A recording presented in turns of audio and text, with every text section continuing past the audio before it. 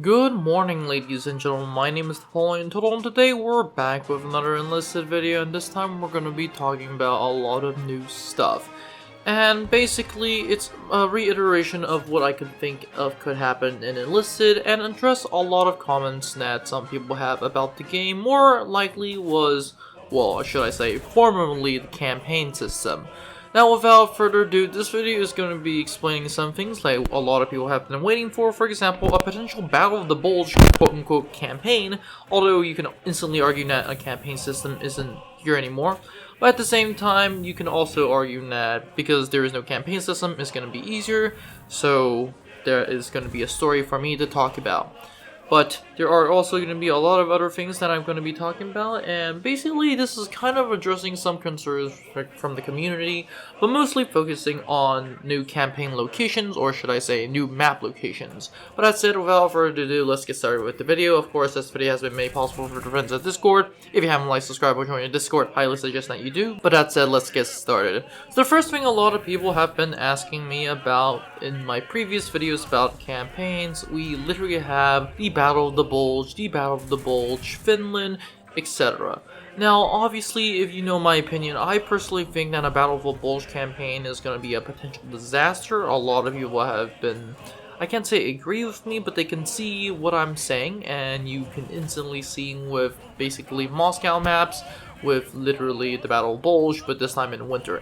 Now, thankfully, Enlisted has changed, and well, I hope they're gonna change for the good. But a lot of interesting stuff that I've been debating was about the Battle of Bulge. Eventually, Enlisted could literally add maps that are evolve around the Battle of the Bulge. For example, the Ardennes, Baston. You literally have that, so that's gonna be very interesting. And honestly, if I were Enlisted, basically these maps are really easy to do because you don't even have to add new uniforms. Well, you could, but you don't really have to, and you can just play at the Battle of Baston or the Battle of Ardennes, the Battle of the Bulge, etc. You really do not need to add a lot of effort for Enlisted, and I think for this one reason, I think the Battle of the Bulge might be in Enlisted. Now, of course, this is just the Battle of the Bulge, and although I am saying that I do believe that a French campaign, or should I say the French faction, is going to be released in Enlisted, I do believe Enlisted is going to get a lot of new factions. For example, the apparently not a long-awaited Chinese faction, because some people have been saying China could be next, and I do honestly hope that they are next, but the problem is they are going to have a lot of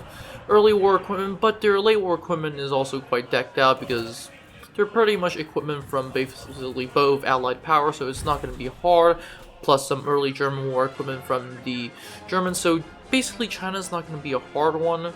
The French are also going to be slightly hard in terms of the late game, but they don't really have semi-automatic rifles, but that's alright. On the other hand, a lot of other new factions could be added. Like we already have the British, the United States, Russia or Soviet Union, the Germans, the Italians, the Japanese. We could potentially see other factions such as Sweden, for God's sake. But honestly, if you ask me, Enlisted is turning more and more into War Thunder, which has its downsides and its benefits.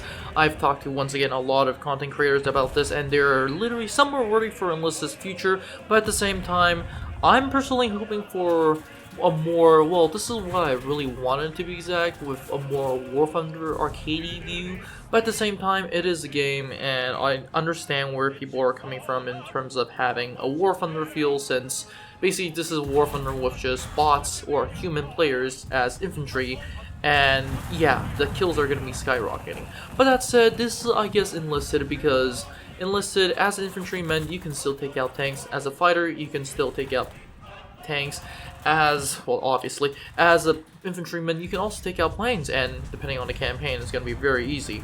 But that said, I think this is where Enlisted and War Thunder is very different, because a lot of people are saying, hey, the infantrymen are just going to be bots, and the tanks are just going to one-shot them. That is true. Tanks can kill infantry very easily, but at the same time, you guys do have to realize that a tank is a tank, and infantry are the biggest killer of tanks during World War II itself. The tank was for combat support, but during World War II, an unsupported tank is basically sitting duck, and I'm pretty sure everyone has seen a case in which, for example, someone just takes a Panzerfaust and blows a hole inside of the tank. That could be very, very likely, and, well, as a matter of fact, I'm pretty sure everyone of you has seen it. And honestly, as I can tell, tanks are really easily to be destroyed. I literally seen some tanks literally explode in my face before they even fire a shell. And at this point, it really comes down to the player. Now, a lot of people, I'm sorry to break it to you, are gonna complain tanks are overpowered against infantry, and well, they're not wrong, and well, I do believe they're correct in some instances. For example, the IS-2 120 mil, like all tanks, it has upsides and its downsides. If you ask me, tanks can take out infantry, but so can infantry take out tanks. And this matchup, I honestly think it's fair, because if you want to make historical accuracy a game that is basically incorporates tanks, infantry, etc., well, you do have to realize tanks are going to be slightly overpowered because you are going to be protected against stuff. But at the same time, tanks are also like big targets. They basically have a massive hit me on them.